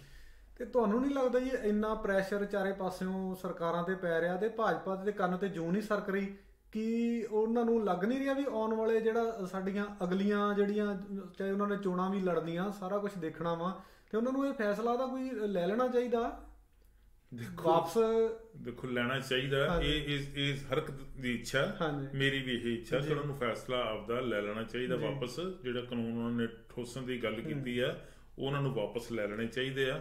ਉਹਨਾਂ ਨੇ ਅੱਜ ਤੱਕ ਹੁਣ ਤੱਕ ਕੋਈ ਇਦਾਂ ਦਾ ਰਾਹ ਨਹੀਂ ਛੱਡਿਆ, ਕੋਈ ਇਦਾਂ ਦੀ ਆਪਸ਼ਨ ਨਹੀਂ ਛੱਡੀ ਜਿਹੜੀ ਉਹਨਾਂ ਨੇ ਨਾ ਕੀਤੀ ਹੋਵੇ। ਉਹਨਾਂ ਨੇ ਇਸ ਅੰਦੋਲਨ ਨੂੰ ਸੈਬੋਟੇਜ ਕਰਨ ਦੀ ਪੂਰੀ ਕੋਸ਼ਿਸ਼ ਕੀਤੀ, ਸੈਬੋਟੇਜ ਕਰਨ ਦੀ ਕੋਸ਼ਿਸ਼ ਕੀਤੀ। ਇਸ ਅੰਦੋਲਨ ਨੂੰ ਖਾਲਿਸਤਾਨੀ ਕਿਹਾ, ਇਸ ਅੰਦੋਲਨ ਨੂੰ ਨਕਸਲਵਾੜੀ ਅੰਦੋਲਨ ਕਿਹਾ, ਇਸ ਅੰਦੋਲਨ ਨੂੰ ਕਾਂਗਰਸ ਵੱਲੋਂ ਚੁੱਕਿਆ ਥੱਲਿਆ ਕਿਹਾ। ਇਸ ਅੰਦੋਲਨ ਦੇ ਵਿੱਚ ਸਪੋਰਟ ਕਰਨ ਵਾਲੀਆਂ ਜਿਹੜੀਆਂ ਪਾਰਟੀਆਂ ਸੀ ਬਾਹਰੋਂ ਰਹਿ ਕੇ ਸਪੋਰਟ ਕਰਦੀਆਂ, ਜਿਨ੍ਹਾਂ 'ਚ ਪੰਜਾਬ ਵਿੱਚੋਂ ਆਮ ਆਦਮੀ ਪਾਰਟੀ ਦੀ ਦਿੱਲੀ ਵਿੱਚੋਂ ਗੱਲ ਕੀਤੀ ਜਾ ਸਕਦੀ ਹੈ, ਦੂਜਿਆਂ ਸੂਬਿਆਂ ਵਿੱਚ ਵੀ ਕੁਛ ਕਮਿਊਨਿਸਟ ਪਾਰਟੀਆਂ ਨੇ ਵੀ ਗੱਲ ਕੀਤੀ, ਉਹਨਾਂ ਸਾਰਿਆਂ ਨੂੰ ਇਹਨਾਂ ਨੇ ਉਹਨਾਂ ਦਾ ਨਾਂ ਲੈ ਕੇ ਅੰਦੋਲਨ ਨੂੰ ਬਦਨਾਮ ਕਰਨ ਦੀ ਕੋਸ਼ਿਸ਼ ਕੀਤੀ। ਇਸੇ ਤਰ੍ਹਾਂ ਹੀ ਵਿੱਚ ਕੁਛ ਹੋਰ ਜਾਲੀ ਕਿਸਾਨ ਜਥੇਬੰਦੀਆਂ ਖੜੀਆਂ ਕਰਕੇ ਇਹ ਕਿਹਾ ਗਿਆ ਫਰਜੀ ਕਿ ਇਹ ਅੰਦੋਲਨ ਦੇਖੋ ਜੀ ਇਹ ਗਲਤ ਹੈ, ਕਿਸਾਨ ਜਿਹੜੇ ਹੈਗੇ ਆ ਉਹ ਤਾਂ ਸਰਕਾਰ ਦੀ ਸਪੋਰਟ ਕਰਦੇ ਪਏ, ਸਰਕਾਰ ਦੀ ਬੱਲੇ ਬੱਲੇ ਸ਼ਲਾਘਾ ਕਰਦੇ ਪਏ ਆ, ਇਹ ਕਿਸਾਨ ਜਿਹੜੇ ਆ ਉਹ ਪੰਜਾਬ ਵਾਲੇ ਹੈਗੇ ਆ, ਇਹ ਨਹੀਂ ਮੰਨਦੇ, ਕੋਈ ਨਹੀਂ ਮਨਾ ਲਾਂਗੇ। ਸੋ ਇਹੋ ਜਿਹੀਆਂ ਗੱਲਾਂ ਇਹ ਕਰਦੇ ਗੁਰਦੇ ਰਹੇ ਹੈਗੇ। ਸੋ ਉਸ ਤੋਂ ਬਾਅਦ ਫਿਰ ਗੱਲ ਆ ਗਈ ਕਿ ਅਸੀਂ ਸੋਧਾਂ ਕਰਨ ਨੂੰ ਤਿਆਰ ਹਾਂ ਜੀ। ਸੋਧਾਂ ਕਰਨ ਤੋਂ ਬਾਅਦ ਕਹਿ ਦਿੱਤਾ ਜੀ ਹੁਣ ਤਾਂ ਡੱਬਾ ਖਾਲੀ ਰਹਿ ਗਿਆ ਜੀ, ਹੁਣ ਦੇ ਵਿੱਚ ਰਹਿ ਹੀ ਕੁਛ ਨਹੀਂ ਗਿਆ। ਪਰ ਕਿਸਾਨ ਪਤਾ ਕਿਸਾਨਾਂ ਨੂੰ ਉਹ ਜਾਣਦੇ ਆ ਇਹਨਾਂ ਦੀਆਂ ਚਲਾਕੀਆਂ ਨੂੰ, ਇਹ ਚਲਾਕੀਆਂ ਚਾਲਬਾਜ਼ੀਆਂ ਜਿਹੜੀਆਂ ਕਰਨੀਆਂ ਚਾਹੁੰਦੇ ਆ ਕਿਸਾਨ ਉਹਨਾਂ ਦੇ ਭੁਲੇਖੇ ਵਿੱਚ ਨਹੀਂ ਹੈਗੇ। ਹੁਣ ਉਹਨਾਂ ਨੂੰ ਇਹਨਾਂ ਦੀ ਗੱਲ ਸਮਝ ਆ ਚੁੱਕੀ ਹੈ। ਪਰ ਮੈਂ ਇੱਕ ਹੋਰ ਤੁਹਾਨੂੰ ਜਾਣਕਾਰੀ ਦੇਣੀ ਚਾਹੁੰਦਾ, ਬਹੁਤ ਸਾਰੇ ਲੋਕ ਅਸੀਂ ਜਿਹੜੇ NRI ਬਾਹਰ ਬੈਠੇ ਆ ਤੜਫਦੇ ਆ, ਅਸੀਂ ਚਾਹੁੰਦੇ ਆ ਕਿ ਅਸੀਂ ਆਪਦੇ ਵੱਲੋਂ ਉਹਨਾਂ ਨੂੰ ਕੋਈ ਮਦਦ ਭੇਜੀਏ। ਮਦਦ ਭੇਜਣੀ ਮਾੜੀ ਗੱਲ ਨਹੀਂ ਹੈ। ਕਿਸਾਨ ਜਥੇਬੰਦੀਆਂ ਨੇ ਖੁਦ ਐਲਾਨ ਕੀਤਾ ਕਿ ਸਾਨੂੰ ਬਾਹਰੋਂ ਪੈਸੇ ਨਾ ਭੇਜੇ ਜਾਣ, ਸਾਨੂੰ ਅਜੇ ਲੋੜ ਨਹੀਂ ਹੈ। ਜਦੋਂ ਲੋੜ ਹੋਊਗੀ ਅਸੀਂ ਤੁਹਾਨੂੰ ਇੱਕ ਆਵਾਜ਼ ਮਾਰਾਂਗੇ, ਸਾਨੂੰ ਪਤਾ ਤੁਸੀਂ ਢੇਰ ਲਾਉਣਾ ਡਾਲਰਾਂ ਪੌਂਡਾਂ ਨਾਲ, ਤੁਸੀਂ ਸਾਨੂੰ ਇੰਨਾ ਕੁ ਪੈਸਾ ਭੇਜ ਦੇਣਾ ਕਿ ਸਾਡੇ ਤੋਂ ਸਾਂਭਿਆ ਨਹੀਂ ਜਾਣਾ। ਇਹ ਕਿਸਾਨ ਜਥੇਬੰਦੀਆਂ ਨੂੰ ਪਤਾ। ਕੁਝ ਲੋਕਾਂ ਨੇ ਇਹਦੇ ਬਾਵਜੂਦ ਵੀ ਭਾਰਤੀ ਕਿਸਾਨ ਯੂਨੀਅਨ ਏਕਤਾ ਉਗਰਾਹਾਂ ਨੂੰ ਜਿਹੜੇ ਸੀਗੇ ਪੈਸੇ ਭੇਜੇ। ਉਹ ਪੈਸੇ ਜਿਹੜੇ ਸੁਖਦੇਵ ਸਿੰਘ ਕੋਕਰੀ ਹੈ ਜੀ, ਉਹਨਾਂ ਦੇ ਜਨਰਲ ਸੈਕਟਰੀ ਸੁਖਦੇਵ ਸਿੰਘ ਕੋਕਰੀ ਦਾ ਅਕਾਊਂਟ ਜਿਹੜਾ ਉਹ ਕੋਕਰੀ ਪਿੰਡ ਵਿੱਚ ਹੈਗਾ ਜੀ, ਔਰ ਪੰਜਾਬ ਐਂਡ ਸਿੰਧ ਬੈਂਕ ਵਿੱਚ ਹੈ। ਮੈਨੂੰ ਨਾਂ ਲੈਣ ਲੱਗੇ ਬੜੀ ਤਕਲੀਫ ਜੀ ਹੋਈ, ਕਿਉਂਕਿ ਮੈਂ ਖੁਦ 30-31 ਸਾਲ ਉਸ ਬੈਂਕ ਦੇ ਵਿੱਚ ਨੌਕਰੀ ਕੀਤੀ। ਉਸ ਬੈਂਕ ਦੇ ਨੇ ਨੋਟਿਸ ਦੇ ਦਿੱਤਾ ਸੁਖਦੇਵ ਸਿੰਘ ਕੋਕਰੀ ਨੂੰ ਕਿ ਤੁਹਾਡੇ ਉੱਤੇ ਕਾਨੂੰਨੀ ਕਾਰਵਾਈ ਕੀਤੀ ਜਾ ਸਕਦੀ ਆ, ਕਿਉਂਕਿ ਤੁਸੀਂ NRI ਤੋਂ ਪੈਸੇ ਮੰਗਵਾਏ ਆ ਇਸ ਕਿਸਾਨ ਅੰਦੋਲਨ ਦੇ ਨਾਂ ਹੇਠ। ਸੋ ਮਤਲਬ ਸਰਕਾਰ ਦਾ ਦੇਖੋ ਕਿੱਦਾਂ ਤਰੀਕਾ, ਚਾਰੇ ਪਾਸੋਂ ਘੇਰਨ ਦੀ ਕੋਸ਼ਿਸ਼ ਕਰ ਰਹੇ ਆ। ਮੈਂ ਜ਼ਿਕਰ ਤਾਂ ਕੀਤਾ, ਔਰ ਸ਼ਾਇਦ ਇਹ ਅਖਬਾਰਾਂ ਵਿੱਚ ਅਜੇ ਇਹ ਗੱਲ ਆਈ ਨਹੀਂ, ਮੈਨੂੰ ਮੇਰੇ ਸੋਰਸਿਸ ਤੋਂ ਪਤਾ ਲੱਗਾ ਸੀ ਤੇ ਮੈਂ ਤੁਹਾਡੇ ਨਾਲ ਸਾਰਿਆਂ ਨਾਲ ਸ਼ੇਅਰ ਕਰ ਰਿਹਾ। ਇਹ ਸਾਰੀ ਸਰਕਾਰ ਦੀਆਂ ਚਾਲਾਂ, ਔਰ ਮੈਨੂੰ ਨਹੀਂ ਲੱਗਦਾ ਕਿ ਕਿਸਾਨ ਜਿਹੜੇ ਆ ਉਹ ਇਹਨਾਂ ਦੀਆਂ ਚਾਲਾਂ ਵਿੱਚ ਆ ਕੇ ਕੋਈ ਇਹੋ ਜਿਹਾ ਫੈਸਲਾ ਲੈਣਗੇ ਜਿਹੜਾ ਲੋਕ ਵਿਰੋਧੀ ਹੋਵੇ। ਕਿਸਾਨ ਲੋਕ ਪੱਖੀ ਹੈ, ਸਰਕਾਰ ਲੋਕ ਵਿਰੋਧੀ ਹੈ। ਲੋਕ ਪੱਖ ਦਾ ਤੇ ਲੋਕ ਵਿਰੋਧ ਦਾ ਇਸ ਵੇਲੇ ਪੂਰਾ ਮੁਕਾਬਲਾ, ਪੂਰੀ ਟੱਕਰ, ਤਿੱਖੀ ਟੱਕਰ ਹੈ। ਇੱਕ ਫੈਸਲਾ ਕੱਲ ਮੀਟਿੰਗ ਦੇ ਵਿੱਚ ਹੋਰ ਅਹਿਮ ਲਿਆ ਗਿਆ ਜੀ ਕਿ ਜਿਹੜੇ NDA ਦੀਆਂ ਭਾਈਵਾਲੀ ਪਾਰਟੀਆਂ ਜਿਹੜੀਆਂ ਭਾਜਪਾ ਦੀਆਂ, NDA ਹੈਗਾ ਵਾ ਇਹਨਾਂ ਦਾ ਸੰਗਠਨ ਆ, ਉਹ ਕਹਿੰਦੇ ਵੀ ਜਿਹੜੀਆਂ ਹੁਣ ਇਹਨਾਂ ਦੇ ਨਾਲ ਆ ਅਸੀਂ ਉਹਨਾਂ ਨੂੰ ਵੀ ਮੈਸੇਜ ਭੇਜਾਂਗੇ ਕਿ ਤੁਸੀਂ ਵੀ ਆਪਦੀਆਂ ਸਟੇਟਮੈਂਟਸ ਦਿਓ, ਸਾਡੇ ਹੱਕ ਦੇ ਵਿੱਚ ਦਿਓ ਜਾਂ ਨਾ ਹੱਕ ਦੇ ਵਿੱਚ ਦਿਓ, ਕਿਸੇ ਵੀ ਤਰ੍ਹਾਂ ਦੀਆਂ ਸਟੇਟਮੈਂਟ ਸਾਨੂੰ ਦਿਓ ਤੁਸੀਂ, ਤਾਂ ਅਸੀਂ ਜੇ ਤੁਸੀਂ ਸਾਡੇ ਹੱਕ 'ਚ ਨਹੀਂ ਕਰਦੇ ਤਾਂ ਅਸੀਂ ਤੁਹਾਡਾ ਵੀ ਵਿਰੋਧ ਕਰਾਂਗੇ। ਬਿਲਕੁਲ ਜੀ, ਇਹ ਗੱਲ ਵੈਸੇ ਤਾਂ ਪਹਿਲਾਂ ਹੀ ਸ਼ੁਰੂ ਹੋ ਚੁੱਕੀ ਆ ਜੀ, ਔਰ ਸ਼ੁਰੂਆਤ ਜਿਹੜੀ ਹਰਿਆਣੇ ਤੋਂ ਹੋਈ ਹੈ ਜੀ। ਹਰਿਆਣੇ ਵਿੱਚ ਜਿਹੜੀ ਖੱਟੜ ਸਰਕਾਰ ਆ ਉਹਦੀ ਸਪੋਰਟ ਜਿਹੜੀ ਆ ਉਹ JJP ਪਾਰਟੀ ਵੱਲੋਂ ਜੀ, ਔਰ ਉਸ ਪਾਰਟੀ ਦੇ ਆਗੂ ਜਿਹੜੇ ਆ ਉਹ ਆਪਦੀ ਖੱਲ ਬਚਾਉਣ ਦੀ ਖਾਤਰ ਜੀ ਬਿਆਨ ਦੇ ਚੁੱਕਿਆ ਕਿ ਕਿਸਾਨਾਂ ਦੀ ਜਿਹੜੀ ਗੱਲ ਸੁਣੀ ਜਾਵੇ। ਹਾਲਾਂਕਿ ਉਹ ਖੁੱਲ੍ਹੇਆਮ ਉਹਨਾਂ ਨੂੰ ਆਉਣਾ ਚਾਹੀਦਾ ਸੀ, ਆਏ ਨਹੀਂ, ਪਰ ਉੱਥੇ ਹਲਚਲ ਮਚੀ ਹੋਈ ਹੈ ਹਰਿਆਣਾ ਦੇ ਵਿੱਚ। ਇਦਾਂ ਦੀ ਹਾਲਤ ਵੀ ਲੱਗਦੀ ਸੀਗੀ ਕਿ ਸਰਕਾਰ ਗਈ ਕਿ ਗਈ, ਪਰ ਅਜੇ ਤੱਕ ਬਚੀ ਆਉਂਦੀ ਹੈ। ਭਾਰਤੀ ਕਿਸਾਨ ਜਿਹੜੀ ਭਾਰਤੀ ਜਨਤਾ ਪਾਰਟੀ ਆ, ਇਹਦੀਆਂ ਜਿਹੜੀਆਂ ਸਹਾਇਕ ਪਾਰਟੀਆਂ ਹੈਗੀਆਂ, ਕੁਝ ਸੂਬਿਆਂ 'ਚ ਛੋਟੀਆਂ ਪਾਰਟੀਆਂ ਕੁਝ ਹੈਗੀਆਂ, ਜਿਨ੍ਹਾਂ ਵਿੱਚੋਂ ਪੰਜਾਬ ਵਿੱਚ ਇੱਕ ਪਾਰਟੀ ਜਿਹੜੀ ਅਕਾਲੀ ਦਲ ਸੀ, ਉਹ ਤਾਂ ਇਹਨਾਂ ਨੂੰ ਛੱਡ ਗਏ। ਪਹਿਲਾਂ ਉਹਨਾਂ ਦੇ ਸੋਹਲੇ ਗਾਉਂਦੇ ਰਹੇ, ਕਾਨੂੰਨਾਂ ਨੂੰ ਜਾਇਜ਼ ਠਹਿਰਾਉਂਦੇ ਰਹੇ, ਕਾਨੂੰਨਾਂ ਦੇ ਪੱਖ ਵਿੱਚ ਬੋਲਦੇ ਗਏ, ਫਿਰ ਅਚਨਚੇਤੀ ਯੂ ਟਰਨ ਮਾਰਿਆ ਤੇ ਵਿਰੋਧ ਵੀ ਕੀਤਾ, ਸਰਕਾਰ ਚੋਂ ਬਾਹਰ ਵੀ ਆ ਗਏ। ਠੀਕ ਹੈ ਜੀ। ਇਸੇ ਤਰ੍ਹਾਂ ਦੀਆਂ ਹੋਰ ਪਾਰਟੀਆਂ ਹੈਗੀਆਂ ਜਿਨ੍ਹਾਂ ਦਾ ਕੋਈ ਬਹੁਤਾ ਵਜੂਦ ਨਹੀਂ ਹੈ ਭਾਵੇਂ, ਪਰ ਉਹ ਕਿਸੇ ਨਾ ਕਿਸੇ ਤਰੀਕੇ ਨਾਲ ਸਰਕਾਰ ਦੇ ਪੱਖ ਵਿੱਚ ਬੋਲਦੇ ਆ, ਖਲੋਂਦੇ ਆ। ਜਾਂ ਦੂਜੀਆਂ ਸੂਬਿਆਂ ਦੇ ਵਿੱਚ ਜਿੱਥੇ ਸਰਕਾਰਾਂ ਰਲ ਮਿਲ ਕੇ ਇਹਨਾਂ ਨੇ ਬਣਾਈਆਂ ਉਹਨਾਂ ਦੀ ਗੱਲ ਹੈ। ਪਰ ਕਿਸਾਨ ਜਥੇਬੰਦੀਆਂ ਨੇ ਇੱਕ ਬਹੁਤ ਵਧੀਆ ਫੈਸਲਾ ਲਿਆ ਕਿ ਅਸੀਂ ਉਹ ਸਾਰੀਆਂ ਪਾਰਟੀਆਂ ਨੂੰ ਇਹ ਕਵਾਂਗੇ ਕਿ ਤੁਸੀਂ ਦੱਸੋ ਤੁਹਾਡਾ ਕੀ ਐਟੀਟਿਊਡ ਹੈ, ਤੁਹਾਡਾ ਕੀ ਰਵੱਈਆ ਇਸ ਬਾਰੇ, ਕਿਸਾਨੀ ਅੰਦੋਲਨ ਬਾਰੇ। ਹਾਂ ਪੱਖੀ ਹੈ ਕਿ ਨਾ ਪੱਖੀ ਹੈ? ਜੇ ਤੁਹਾਡਾ ਹਾਂ ਪੱਖੀ ਹੈ ਅਸੀਂ ਤੁਹਾਡੀ ਸ਼ੋਭਾ ਕਰਦੇ ਹਾਂ। ਜੇ ਨਾ ਪੱਖੀ ਹੈ, ਤੁਸੀਂ ਸਮਝਦੇ ਹੋ ਕਿ ਅਸੀਂ ਅੰਦੋਲਨ ਠੀਕ ਨਹੀਂ ਚਲਾ ਰਹੇ, ਫਿਰ ਅਸੀਂ ਤੁਹਾਡਾ ਵੀ ਵਿਰੋਧ ਕਰਾਂਗੇ। ਇਹ ਵੀ ਇੱਕ ਵਿਰੋਧ ਕਰਨ ਦਾ ਤਰੀਕਾ। 27 ਤਰੀਕ ਨੂੰ ਫਿਰ ਮਨ ਕੀ ਬਾਤ ਆ ਰਹੀ ਹੈ ਜੀ, ਤੇ ਉਹਨਾਂ ਨੇ ਫੈਸਲਾ ਇਹ ਲਿਆ ਕਿ ਮਨ ਕੀ ਬਾਤ ਜਿੱਦਾਂ ਉਹਨੇ ਕਰਨੀ ਆ ਤਾਂ ਜਿੰਨਾ ਟਾਈਮ ਵੀ ਉਹਨੇ ਕਰਨੀ ਆ, ਤਾਂ ਪਿੱਛੇ ਜੇ ਆਪਾਂ ਦੇਖਿਆ ਸੀਗਾ ਕਿ ਕਰੋਨਾ ਨੂੰ ਭਜਾਉਣ ਦੇ ਲਈ ਉਹ ਕਹਿੰਦਾ ਸੀ ਥਾਲੀਆਂ ਖੜਕਾਓ। ਤੇ ਹੁਣ ਇਹਨਾਂ ਨੇ ਫੈਸਲਾ ਕਿਸਾਨ ਜਥੇਬੰਦੀਆਂ ਨੇ ਲੈ ਲਿਆ ਕਿ ਜਿੰਨਾ ਚਿਰ ਉਹ ਬੋਲੂਗਾ ਤੇ ਅਸੀਂ ਥਾਲੀਆਂ ਖੜਕਾਵਾਂਗੇ। ਤੇ ਤੁਹਾਨੂੰ ਨਹੀਂ ਲੱਗਦਾ ਜੀ ਉਸ ਦਿਨ ਜਦੋਂ ਉਹ ਬੋਲੂਗਾ ਤੇ ਸਾਰਾ ਭਾਰਤ ਦੇਖੋ, ਇਹ ਗੱਲ ਤੁਹਾਡੀ ਠੀਕ ਹੈ ਕਿ ਕਰੋਨਾ ਜਦੋਂ ਸ਼ੁਰੂ ਹੋਇਆ ਤੇ ਭਾਰਤ ਸਰਕਾਰ ਨੂੰ ਖੁਦ ਨੂੰ ਨਹੀਂ ਸੀ ਪਤਾ ਕਿ ਇਹਦਾ ਹੱਲ ਕੀ। ਉਹ ਸਮਝਦੇ ਸੀ, ਕਈ ਵਾਰੀ ਤਾਂ ਹਾਸੋਹੀਣੀਆਂ ਜਿਹੀਆਂ ਗੱਲਾਂ ਕਰਦੇ ਰਹੇ ਤੇ ਉਹਨਾਂ ਵਿੱਚ ਇੱਕ ਹਾਸੋਹੀਣੀ ਇਹ ਵੀ ਸੀਗੀ ਕਿ ਤੁਸੀਂ ਥਾਲੀਆਂ ਖੜਕਾਵੋ। ਠੀਕ ਹੈ ਜੀ। ਉਹ ਥਾਲੀਆਂ ਖੜਕਾਉਣ ਪਿੱਛੇ ਇੱਕ ਜਿਹੜੀ ਚੰਗੀ ਭਾਵਨਾ ਕਹਿ ਸਕਦੇ ਸੀ ਉਹ ਸੀ ਜਿਹਨੂੰ ਇਹ ਸਰਕਾਰ ਦੱਸ ਹੀ ਨਹੀਂ ਸਕੀ। ਉਹ ਸੀਗੀ ਕਿ ਜਿਹੜੇ ਫਰੰਟ ਲਾਈਨਰ ਹੈਗੇ ਆ ਉਹਨਾਂ ਦੀ ਸਪੋਰਟ ਕਰੋ, ਉਹਨਾਂ ਦੇ ਹੱਕ 'ਚ ਉਹਨਾਂ ਦਾ ਹੌਸਲਾ ਵਧੇ। ਅਸਲ ਤੇ ਮਸਲਾ ਇਹ ਸੀਗਾ, ਪਰ ਸਰਕਾਰ ਵੀ ਇਹ ਪ੍ਰੈਜ਼ੈਂਟ ਕਰ ਗਈ ਕਿ ਥਾਲੀਆਂ ਵਜਾਉਣ ਨਾਲ, ਖੜਕਾਉਣ ਨਾਲ ਜਾਂ ਤਾੜੀਆਂ ਮਾਰਨ ਦੇ ਨਾਲ ਕਰੋਨਾ ਭੱਜੂਗਾ। ਇਹ ਗੱਲ ਸਰਕਾਰ ਦੀ ਨਲਾਇਕੀ ਦਾ ਸਬੂਤ ਹੈ। ਅੱਜ ਸਰਕਾਰ ਨੇ ਹੁਣ ਮਨ ਕੀ ਬਾਤ ਦੀ ਗੱਲ ਆਪਾਂ ਕਰਦੇ ਹਾਂ। ਮਨ ਕੀ ਬਾਤ ਵਿੱਚ ਹਮੇਸ਼ਾ ਮੋਦੀ ਸਾਹਿਬ ਨੇ ਆਪਦੇ ਮਨ ਦੀ ਗੱਲ ਕੀਤੀ ਹੈ, ਕਿਸੇ ਦੇ ਮਨ ਦੀ ਗੱਲ ਨਹੀਂ ਸੁਣਾਈ ਉਹਨੇ। ਲੋਕ ਕਹਿੰਦੇ ਆ ਕਿ ਸਾਡੀ ਵੀ ਸੁਣੋ, ਤੁਸੀਂ ਆਪਦੀ ਸੁਣਾਉਂਦੇ ਹੋ, ਸਾਡੀ ਵੀ ਸੁਣ ਲਓ। ਦੋਨਾਂ ਪੱਖਾਂ ਸੁਣਾ ਲਓ, ਤੁਸੀਂ ਵੀ, ਤੁਹਾਨੂੰ ਹੱਕ ਆ ਸੁਣਾਉਣ ਦਾ, ਪਰ ਸਾਡੀ ਵੀ ਤਾਂ ਸੁਣੋ। ਠੀਕ ਹੈ ਜੀ। ਇਹ ਪਹਿਲਾ ਮੌਕਾ ਹੁਣ ਆ ਗਿਆ ਜਦੋਂ ਕਿਸਾਨਾਂ ਨੇ ਕਹਿਤਾ ਕਿ ਹੁਣ ਤੁਹਾਨੂੰ ਸਾਡੀ ਸੁਣਨੀ ਪੈਣੀ ਹੈ। ਠੀਕ ਹੈ ਜੀ। ਹੁਣ ਜਦੋਂ 27 ਤਰੀਕ ਨੂੰ 27 ਦਸੰਬਰ ਨੂੰ ਇਹ 27 ਦਸੰਬਰ ਦੀ ਡੇਟ ਜਿਹੜੀ ਹੈਗੀ ਆ, ਉਦੋਂ ਮਨ ਕੀ ਬਾਤ ਜਦੋਂ ਰੇਡੀਓ ਤੇ ਮੋਦੀ ਸਾਹਿਬ ਟੀਵੀ ਤੇ ਬੋਲਣਗੇ ਤੇ ਪੂਰੇ ਭਾਰਤ ਦੇ ਕਿਸਾਨ ਜਿਹੜੇ ਆ ਉਹਨਾਂ ਨੇ ਸਾਰੇ ਭਾਰਤ ਵਾਸੀਆਂ ਨੂੰ ਇਹ ਅਪੀਲ ਕੀਤੀ ਆ ਕਿ ਥਾਲੀਆਂ ਖੜਕਾ ਕੇ, ਰੌਲਾ ਪਾ ਕੇ, ਉੱਚੀ ਦੇਣਾ ਇਹ ਗੱਲ ਕੀ ਜਾਵੇ ਕਿ ਤੁਸੀਂ ਸਾਡੇ ਮਨ ਦੀ ਗੱਲ ਨਹੀਂ ਕਰਦੇ, ਆਪਦੇ ਮਨ ਦੀ ਗੱਲ ਕਰਦੇ ਆ। ਕਿਸਾਨ ਜਿਹੜੇ ਸੜਕਾਂ ਤੇ ਹੈਗੇ ਆ, ਕਿਸਾਨ ਰੁਲ ਰਹੇ ਹੈਗੇ ਆ, ਕਿਸਾਨ ਆਪਦੇ ਭਵਿੱਖ ਲਈ ਜਦੋਜਹਿਦ ਕਰ ਰਹੇ ਹੈਗੇ ਆ, ਤੇ ਉਹਨਾਂ ਦੀ ਗੱਲ ਵੀ ਸੁਣੀ ਜਾਵੇ। ਠੀਕ ਹੈ ਜੀ। ਸਰਕਾਰ ਦੀਆਂ ਬਰੂਹਾਂ ਤੇ ਕਿਸਾਨ ਬੈਠੇ ਆ। ਜੇ ਮੋਦੀ ਸਾਹਿਬ ਬਾਰੇ ਤੇ ਇਹ ਹੈਗਾ ਕਿ ਉਹਨਾਂ ਦੇ ਪਰਮ ਮਿੱਤਰ ਅੰਬਾਨੀ ਦੇ ਘਰ ਪੋਤਾ ਹੋਇਆ ਤੇ ਉਹ ਭੱਜ ਕੇ ਵਧਾਈ ਦੇਣ ਚਲੇ ਗਏ, ਤੇ ਜਿਨ੍ਹਾਂ ਦੇ ਬੱਚੇ ਮਰ ਰਹੇ ਹੈਗੇ ਆ, ਜਿਨ੍ਹਾਂ ਦੇ ਬਜ਼ੁਰਗ ਮਰੇ ਹੈਗੇ, ਉਹਨਾਂ ਦੇ ਲਈ ਹਾਂ ਦਾ ਨਾਰਾ ਵੀ ਨਹੀਂ ਮਾਰਿਆ। ਲੱਖਾਂ ਦੀ ਤਾਦਾਦ ਦੇ ਵਿੱਚ ਲੋਕ ਬੈਠੇ ਉਹਨੂੰ ਦਿਸ ਨਹੀਂ ਰਹੇ ਤੇ ਉਹ ਅੰਬਾਨੀ ਦੇ ਪੋਤੇ ਦੀ ਵਧਾਈ ਦੱਸਾਂ। ਹਾਂਜੀ, ਫਿਰ ਉਹ ਤਾਂ ਚਲੋ ਉਹਨਾਂ ਦੇ ਖਾਸ ਬੰਦੇ ਆ, ਉਹ ਤਾਂ ਵਧਾਈ ਦੇਣ ਜਾਣਾ ਹੀ ਸੀ। ਚਲੋ ਮੈਂ ਵਧਾਈ ਦੇਣ ਦੇ ਖਿਲਾਫ ਨਹੀਂ ਆ, ਦਿਓ ਵਧਾਈ, ਪਰ ਜਿਨ੍ਹਾਂ ਦੇ ਘਰਾਂ 'ਚ ਕੀਰਨੇ ਪਏ ਆ ਉਹਨਾਂ ਦੀ ਗੱਲ ਵੀ ਸੁਣੀ ਜਾਵੇ।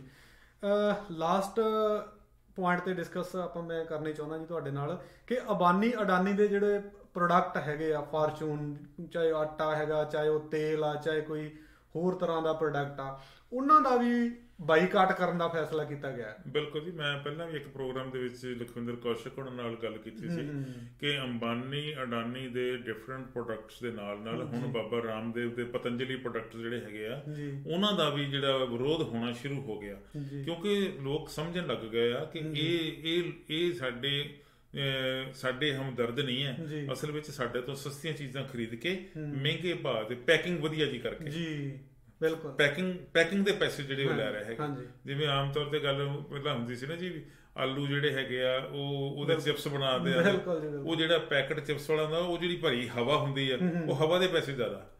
ਠੀਕ ਹੈ ਜੀ। ਤੇ ਉਹ ਇਸੇ ਤਰ੍ਹਾਂ ਜਿਹੜੇ ਹੋਰ ਪ੍ਰੋਡਕਟ ਹੈਗੇ ਆ ਉਹਨਾਂ ਦਾ ਵਿਰੋਧ ਕਰਨ ਦਾ ਜਿਹੜਾ ਤਰੀਕਾ, ਸ਼ਾਂਤਮਈ ਤਰੀਕਾ। ਦੇਖੋ, ਮੈਂ ਤੁਹਾਨੂੰ ਇੱਕ ਗੱਲ ਯਾਦ ਕਰਾਉਣੀ ਚਾਹੁੰਦਾ, ਸਾਡੇ ਵਿੱਚੋਂ ਜਿਹੜੀ ਮੇਰੀ ਉਮਰ ਦੇ ਹੈਗੇ ਉਹਨਾਂ ਨੂੰ ਸਾਰਿਆਂ ਨੂੰ ਪਤਾ ਕਿ ਮਹਾਤਮਾ ਗਾਂਧੀ ਨੇ ਇੱਕ ਡਾਂਡੀ ਮਾਰਚ ਕੀਤਾ ਸੀ। ਡਾਂਡੀ ਮਾਰਚ ਵਿੱਚ ਕੀ ਸੀਗਾ ਕਿ ਉਹ ਕਹਿੰਦੇ ਸੀ ਜਿਹੜਾ ਲੂਣ ਜਿਹੜਾ ਹੈਗਾ ਉਹ ਸਰਕਾਰ ਵੱਲੋਂ ਜਿਹੜਾ ਬਣਾਇਆ ਜਾਂਦਾ, ਅਸੀਂ ਉਹਦਾ ਵਿਰੋਧ ਕਰਦੇ ਹਾਂ, ਅਸੀਂ ਦੇਸੀ ਲੂਣ ਜਿਹੜਾ ਸਮੁੰਦਰ ਕੰਢੇ ਹੁੰਦਾ ਸੀ ਉਹੀ ਖਾ ਲਾਂਗੇ। ਠੀਕ ਹੈ ਜੀ। ਇਸੇ ਤਰ੍ਹਾਂ ਹੀ ਉਹਨਾਂ ਨੇ ਜਿਹੜਾ ਸੀਗਾ ਦੇਸੀ ਕੱਪੜੇ ਪਾਉਣ ਦੀ ਗੱਲ ਕੀਤੀ ਸੀ, ਖੱਦਰ ਪਾਉਣ ਦੀ ਗੱਲ ਕੀਤੀ ਸੀ। ਠੀਕ ਹੈ ਜੀ। ਖੱਦਰ ਜਿਹੜਾ ਸੀ ਘਰ ਚਰਖੇ ਵਾਲੀ ਗੱਲ ਉਹਨਾਂ ਦੀ ਤਾਂ ਹੀ ਮਸ਼ਹੂਰ ਹੋਈ ਸੀ ਨਾ, ਤੇ ਉਹ ਚਰਖੇ ਤੇ ਉਦੋਂ ਕੱਤਦੇ ਹੁੰਦੇ ਸੀਗੇ, ਖੱਡੀਆਂ ਤੇ ਬੁਣਿਆ ਜਾਂਦਾ ਸੀ ਖੱਦਰ, ਵੀ ਉਹ ਜਿਹੜਾ ਦੇਸੀ ਖੱਦਰ ਅਸੀਂ ਆਪ ਦਾ ਜਿਹੜਾ ਉਹ ਬਣਾ ਕੇ ਅਸੀਂ ਪਾਲਾਂਗੇ, ਅਸੀਂ ਵਿਦੇਸ਼ੀ ਜਿਹੜਾ ਕੱਪੜਾ ਉਹ ਨਹੀਂ ਪਾਉਣਾ। ਅੱਜ ਚਲੋ ਅਸੀਂ ਉਸ ਸਥਿਤੀ ਵਿੱਚ ਨਹੀਂ, ਪਰ ਸਾਡਾ ਮੋਟਿਵ ਉਹੀ ਹੈ ਕਿ ਜੇ ਅਸੀਂ ਤੁਸੀਂ ਜਿਹੜੇ ਲੋਕ ਇਹ ਸਾਡੇ ਕੋਲੋਂ ਚੀਜ਼ਾਂ ਖਰੀਦ ਕੇ ਉਹਨਾਂ ਨੂੰ ਤੁਸੀਂ ਮੈਨੂਫੈਕਚਰਿੰਗ ਕਰਕੇ ਅੱਗੋਂ ਹਾਂਜੀ ਤੇ ਤੁਸੀਂ ਸਾਨੂੰ ਮਹਿੰਗੇ ਭਾਅ ਤੇ ਦਿੰਦੇ ਹੋ, ਅਸੀਂ ਇਹ ਨਹੀਂ ਲੈਣੀਆਂ।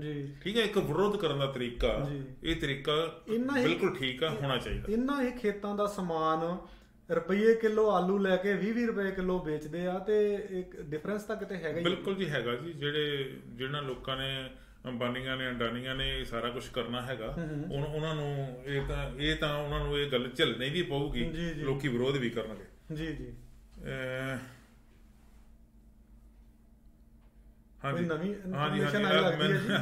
ਇਹ ਮੈਂ ਖਬਰ ਬਿਲਕੁਲ ਠੀਕ ਹੈ ਜੀ ਕਿ ਅਜੀਤ ਅਖਬਾਰ ਦੇ ਵਿੱਚ, ਪੰਜਾਬੀ ਅਜੀਤ ਅਖਬਾਰ ਜਲੰਧਰ ਤੋਂ ਛਪਦੀ, ਉਹਦੇ ਵਿੱਚ ਉਹਨਾਂ ਨੇ ਕਿਹਾ ਹੈਗਾ, ਅਡਾਨੀ ਨੇ ਕਿਹਾ ਕਿ ਅਸੀਂ ਜਿਹੜਾ ਕਣਕ ਖਰੀਦਦੇ ਆ ਜਾਂ ਜਿਹੜੇ ਅਸੀਂ ਚਾਵਲ ਖਰੀਦਦੇ ਆ, ਉਹਦੀ ਸਟੋਰੇਜ ਜਿਹੜੀ ਅਸੀਂ ਉਹ FCI ਵਾਸਤੇ ਕਰਦੇ ਆ, ਅਸੀਂ ਆਪਦੇ ਲਈ ਨਹੀਂ ਕਰਦੇ। ਮਤਲਬ ਅਸੀਂ ਕੰਮ ਸਰਕਾਰ ਵਾਸਤੇ ਹੀ ਕਰਦੇ ਪਏ ਆ। ਨਹੀਂ, ਉਹ ਇਹ ਲੋਕਾਂ ਨੂੰ ਭੁਲੇਖਾ ਖੜਾ ਕਰਨ ਵਾਲੀ ਗੱਲ ਕਿ FCI ਦੇ ਵਾਸਤੇ ਅਸੀਂ ਕਰਦੇ ਹੈਗੇ, ਤੇ FCI ਜਿਹੜੀ ਆ ਉਹ ਕਹਿੰਦੀ ਮੈਂ ਤਾਂ ਖਰੀਦਣੀ ਨਹੀਂ, ਫਿਰ ਤੁਸੀਂ ਕਿਹਦੇ ਲਈ ਕਰਨੀ? FCI ਨੇ ਅਨਾਉਂਸ ਕਰਤਾ, ਫੂਡ ਕਾਰਪੋਰੇਸ਼ਨ ਆਫ ਇੰਡੀਆ ਨੇ ਅਨਾਉਂਸ ਕਰਤਾ ਕਿ ਅਸੀਂ ਆਉਣ ਵਾਲੇ ਸਾਲਾਂ ਦੇ ਵਿੱਚ ਕਣਕ ਝੋਨੇ ਦੀ ਜਿਹੜੀ ਫਸਲ ਆ ਉਹ ਹੁਣ ਖਰੀਦਿਆ ਨਹੀਂ ਕਰਨੀ। ਹੁਣ ਤੁਸੀਂ ਦੇਖੋ ਪੰਜਾਬ ਦੇ ਵਿੱਚ ਮਾਰਕਫੈਡ ਹੈ, ਵੇਅਰ ਹਾਊਸ ਹੈ, ਜਿਹੜਾ ਸਿਵਲ ਸਪਲਾਈ ਕਾਰਪੋਰੇਸ਼ਨ ਹੈ, ਪਨਸਪ ਹੈ, ਇਹ ਸਾਰੀਆਂ ਖਰੀਦ ਏਜੰਸੀਆਂ ਵੀ ਸੀਗੀਆਂ, ਕੰਮ ਕਰਦੀਆਂ ਸੀ ਖਰੀਦ ਏਜੰਸੀਆਂ, ਇਹ FCI ਵਾਸਤੇ ਕੰਮ ਕਰਦੀਆਂ, FCI ਨੂੰ ਖਰੀਦ ਕੇ ਦਿੰਦੀਆਂ ਸੀਗੀਆਂ, ਤੇ ਸਟੋਰੇਜ ਜਿਹੜੀ ਸੀ ਉਹ FCI ਦੀ ਸੀਗੀ। ਠੀਕ ਹੈ ਜੀ। ਹੁਣ FCI ਕਹਿੰਦੀ ਮੈਂ ਤਾਂ ਖਰੀਦਣੀ ਨਹੀਂ, ਤੇ ਫਿਰ ਸਟੋਰੇਜ ਕਾਹਦੇ ਵਾਸਤੇ ਹੋਈ? ਇਹ ਲੋਕਾਂ ਨੂੰ ਭੁਲੇਖੇ ਖੜੇ ਕਰਨ ਵਾਲੀ ਗੱਲ ਹੈ। ਏਦਾਂ ਹੀ 8 ਪੇਜਾਂ ਦੀ ਚਿੱਠੀ ਜਿਹੜੀ ਉਹਨੇ ਨਰਿੰਦਰ ਤੋਮਰ ਨੇ ਕੱਢੀ ਹੈਗੀ ਆ, ਉਹ ਵੀ ਬੜੇ ਵੱਡੇ ਭੁਲੇਖੇ ਕਰਨ ਵਾਲੀ ਗੱਲ ਆ। ਇਸੇ ਤਰ੍ਹਾਂ ਅੰਬਾਨੀਆਂ ਅਡਾਨੀਆਂ ਦੇ ਇਦਾਂ ਦੇ ਜਿਹੜੇ ਵਨਸਵਨੇ ਬਿਆਨ ਆਉਂਦੇ ਆ, ਇਹ ਫੁੱਲ ਪੇਜ ਦਾ ਇਸ਼ਤਿਹਾਰ ਹੈ, ਵੈਰੀ ਫਸਟ ਪੇਜ ਦੇ ਉੱਤੇ। ਠੀਕ ਹੈ ਜੀ। ਔਰ ਉਹ ਜਿਹੜੇ ਉਹ ਪੈਸੇ ਕਰਕੇ ਪੈਸੇ ਮਿਲਦੇ ਆ, ਚਲੋ ਅਖਬਾਰਾਂ ਨੂੰ ਪੈਸੇ ਮਿਲਦੇ, ਉਹਨਾਂ ਨੂੰ ਇਸ਼ਤਿਹਾਰ ਛਾਪ, ਪਰ ਅਸੀਂ ਇਸ਼ਤਿਹਾਰ ਪੜ੍ਹਨ ਲੱਗੇ ਇਹ ਚੌਕਸ ਹੋਈਏ ਇਹਦੇ ਚ ਲਿਖਿਆ ਕੀ ਹੈ। ਠੀਕ ਹੈ ਜੀ। ਔਰ ਲਿਖਿਆ ਸਾਨੂੰ ਤਾਂ ਹੀ ਪਤਾ ਲੱਗੂਗਾ ਜੇ ਸਾਨੂੰ ਇਹਨਾਂ ਦੀਆਂ ਕਰਤੂਤਾਂ ਦਾ ਪਤਾ ਹੋਊਗਾ। ਇਹ ਕਰਤੂਤਾਂ ਜਿਹੜੀਆਂ ਜੀ ਅੱਜ ਨੰਗੀਆਂ ਹੋ ਚੁੱਕੀਆਂ, ਲੋਕੀ ਸਿਆਣੇ ਹੋ ਚੁੱਕੇ। ਇੱਕ ਨਵੀਂ ਪਿਰਤ ਸਰਕਾਰ ਵੱਲੋਂ ਪਾਈ ਜਾ ਰਹੀ ਆ, ਜਿਵੇਂ ਕਿ ਹੁਣ ਤੁਸੀਂ ਕੱਲ ਪਰਸੋਂ ਦੇਖ ਲਓ ਕਿ ਆੜ੍ਹਤੀਆਂ ਦੀਆਂ ਜਿਹੜੇ ਹੈਗੇ ਆ ਅਕਾਊਂਟ ਆ, ਜਿਹੜੇ ਉਹ ਇਨਕਮ ਟੈਕਸ ਵੱਲੋਂ ਛਾਪੇਮਾਰੀ ਹੋ ਰਹੀ ਹੈ ਜੀ ਉੱਥੇ। ਬਿਲਕੁਲ। ਤੇ ਆਪਣੇ ਇਹਨਾਂ ਨੇ ਕਿਸਾਨ ਜਥੇਬੰਦੀਆਂ ਨੇ ਉਹਨਾਂ ਨੂੰ ਵੀ ਇੱਕ ਸਪੋਰਟ ਕਰਨ ਦਾ ਫੈਸਲਾ ਕੀਤਾ ਕਿ ਜੇ ਤੁਸੀਂ ਆਪਦਾ ਜਿਹੜਾ ਪ੍ਰੋਟੈਸਟ ਆ ਉਹਨਾਂ ਦੇ ਇਨਕਮ ਟੈਕਸ ਦੇ ਆਫਿਸ ਦੇ ਮੂਹਰੇ ਜਾ ਕੇ ਧਰਨੇ ਲਾਓ ਜਾਂ ਉਹਨਾਂ ਦੇ ਦਫ਼ਤਰਾਂ ਦੇ ਅੱਗੇ ਘਰਾਓ ਕਰੋ, ਤੇ ਤੁਹਾਡੀ ਸਪੋਰਟ ਦੇ ਵਿੱਚ ਅਸੀਂ ਖੜੇ ਹਾਂ। ਦੇਖੋ ਜੀ, ਇਹ ਜਦੋਂ ਪੰਜਾਬ ਦੇ ਵਿੱਚ, ਪੰਜਾਬ ਵਿਧਾਨ ਸਭਾ ਦੇ ਵਿੱਚ ਇਹਨਾਂ ਕਾਨੂੰਨਾਂ ਦੇ ਖਿਲਾਫ ਕਾਨੂੰਨ ਹੋਰ ਬਣਾਏ ਗਏ ਸੀ, ਉਹ ਅਜੇ ਇੰਪਲੀਮੈਂਟੇਸ਼ਨ ਵਾਲੀ ਤਾਂ ਗੱਲ ਹੀ ਨਹੀਂ ਹੈਗੀ, ਕਿਉਂਕਿ ਉਹਦੇ ਗਵਰਨਰ ਦੇ ਸਰਾਣੇ ਹੇਠਾਂ ਪਏ ਆ, ਉਹਨੇ ਉੱਠ ਕੇ ਵੇਖਿਆ ਹੀ ਨਹੀਂ ਕਿ ਕੀ ਹੈ, ਮੈਂ ਪੜ੍ਹ ਲਵਾਂ। ਉਹਨੇ ਆਪਦੀ ਜ਼ਿੰਮੇਵਾਰੀ, ਸੰਵਿਧਾਨਕ ਜ਼ਿੰਮੇਵਾਰੀ, ਉਹਦੀ ਸੰਵਿਧਾਨਕ ਜ਼ਿੰਮੇਵਾਰੀ ਹੈ ਕਿ ਜੋ ਸਰਕਾਰ ਨੇ, ਪੰਜਾਬ ਸਰਕਾਰ ਨੇ ਉਹਨੂੰ ਕਿਹਾ ਉਹ ਅਗਲੇ ਪਾਸੇ ਪਹੁੰਚਾਵੇ। ਜੇ ਉਹ ਫੈਡਰਲ ਸਰਕਾਰ ਦਾ ਜਿਹੜਾ ਵੀ ਕੋਈ ਫਰਮਾਨ ਹੈ ਉਹ ਪੰਜਾਬ ਸਰਕਾਰ ਦੇ ਅਫਸਰਾਂ ਨੂੰ ਝੱਟ ਦੇ ਦਿੰਦਾ, ਤੇ ਪੰਜਾਬ ਸਰਕਾਰ ਵੱਲੋਂ ਦਿੱਤਾ ਗਿਆ ਫੈਸਲਾ ਜਾਂ ਫਰਮਾਨ ਆ ਉਹ ਫੈਡਰਲ ਨੂੰ ਕਿਉਂ ਨਹੀਂ ਦਿੰਦਾ, ਸੈਂਟਰ ਨੂੰ ਕਿਉਂ ਨਹੀਂ ਦਿੰਦਾ? ਠੀਕ ਹੈ ਜੀ। ਉਹ ਆਪਣੇ ਅਹੁਦੇ ਦੀ ਜਿਹੜੀ ਆ ਉਹ ਜਿਹੜੀ ਉਹਨੂੰ ਕਹਿੰਦੇ ਹੁੰਦੇ ਆ ਗਰਿਮਾ, ਉਹਨੂੰ ਕਾਇਮ ਨਹੀਂ ਰੱਖ ਸਕਿਆ। ਪਰ ਜਦੋਂ ਇਹ ਕਾਨੂੰਨ ਬਣਾਏ ਗਏ ਸੀ ਪੰਜਾਬ ਵਿਧਾਨ ਸਭਾ 'ਚ, ਸਰਬਸੰਮਤੀ ਨਾਲ ਪਾਸ ਹੋਏ ਸੀ। ਸਰਬਸੰਮਤੀ, ਕੋਈ ਵੀ ਇੱਕ ਬੰਦੇ ਨੇ ਵਿਰੋਧ ਨਹੀਂ ਸੀ ਕੀਤਾ। ਸਿਰਫ 3 MLA ਜਿਹੜੇ BJP ਦੀ ਸੀ ਉਹ ਆਏ ਨਹੀਂ, ਬਾਕੀ ਸਾਰੇ ਆਏ ਸੀ। ਆਮ ਆਦਮੀ ਪਾਰਟੀ ਦੇ ਸਾਰੇ ਆਏ, ਅਕਾਲੀ ਦਲ ਦੇ ਸਿਰਫ ਬਾਬੇ ਬਾਦਲ ਤੋਂ ਬਿਨਾਂ ਸਾਰੇ ਆਏ, ਕਾਂਗਰਸ ਦੇ ਸਾਰੇ ਆਏ।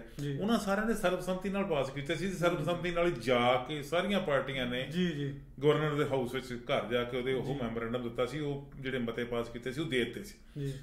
ਔਰ ਉਦੋਂ ਹੀ ਪੰਜਾਬ ਦਾ ਜਿਹੜਾ ਮੁੱਖ ਮੰਤਰੀ ਕੈਪਟਨ ਅਮਰਿੰਦਰ ਸਿੰਘ ਹੈ ਉਹਦੇ ਬੇਟੇ ਨੂੰ ਈਡੀ ਵੱਲੋਂ ਨੋਟਿਸ ਆ ਗਿਆ ਬਿਲਕੁਲ। ਠੀਕ ਹੈ ਜੀ। ਇੱਕ ਉਹਨੂੰ ਡਰਾਉਣ ਦੀ ਧਮਕਾਉਣ ਦੀ ਕੋਸ਼ਿਸ਼ ਕੀਤੀ। ਹੁਣ ਜਦੋਂ ਕਿਸਾਨ ਤੇ ਆੜ੍ਹਤੀਏ ਕਹਿੰਦੇ ਆ ਕਿ ਸਾਡਾ 9 ਮਾਸ ਦਾ ਰਿਸ਼ਤਾ, ਕਿਸਾਨ ਕਹਿੰਦੇ ਸਾਡਾ ਆੜ੍ਹਤੀਏ ਤੋਂ ਬਿਨਾਂ ਨਹੀਂ ਸਰਨਾ, ਤੇ ਆੜ੍ਹਤੀਏ ਕਹਿੰਦੇ ਅਸੀਂ ਕਿਸਾਨਾਂ ਦੇ ਅੰਦੋਲਨ ਦੇ ਨਾਲ। ਬਿਲਕੁਲ ਜੀ। ਤੇ ਇਸ ਗੱਲ ਤੋਂ ਅੱਕ ਕੇ, ਇਸ ਗੱਲ ਤੋਂ ਚਿੜ ਕੇ ਕੇਂਦਰ ਸਰਕਾਰ ਨੇ, ਜਿਹਦੇ ਹੱਥ ਵਿੱਚ ਇਨਕਮ ਟੈਕਸ ਡਿਪਾਰਟਮੈਂਟ ਹੈ, ਉਹਨੇ ਉਹਨਾਂ ਆੜ੍ਹਤੀਆਂ ਦੇ ਜਿਹੜੇ ਵੱਡੇ ਆੜ੍ਹਤੀਏ ਸੀਗੇ, ਜਿਨ੍ਹਾਂ ਦੇ ਸ਼ੈਲਰ ਵੀ ਹੈਗੇ ਆ, ਆੜ੍ਹਤੀਏ ਵੀ, ਛੋਟੇ ਮੋਟੇ ਕਾਰਖਾਨੇ ਵੀ ਹੈਗੇ, ਉਹਨਾਂ ਦੇ ਘਰ ਰੇਡ ਕਰਵਾਈ, ਹਰਾਸਮੈਂਟ ਕਰਨ ਦਾ ਤਰੀਕਾ, ਉਹਨਾਂ ਨੂੰ ਹਰਾਸ ਕਰਨ ਦਾ ਤਰੀਕਾ ਕੀਤਾ।